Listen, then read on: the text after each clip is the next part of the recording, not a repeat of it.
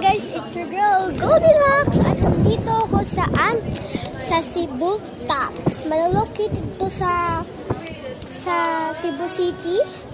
At ang ganda-ganda ng view. Makikita nyo guys na may maraming mga nasa bundok kami. Tapos may makita kang fog. Wait lang, ipapakita ko lang sa inyo. Like, tingnan nyo yan guys. Ano yan? Yung buong mundo.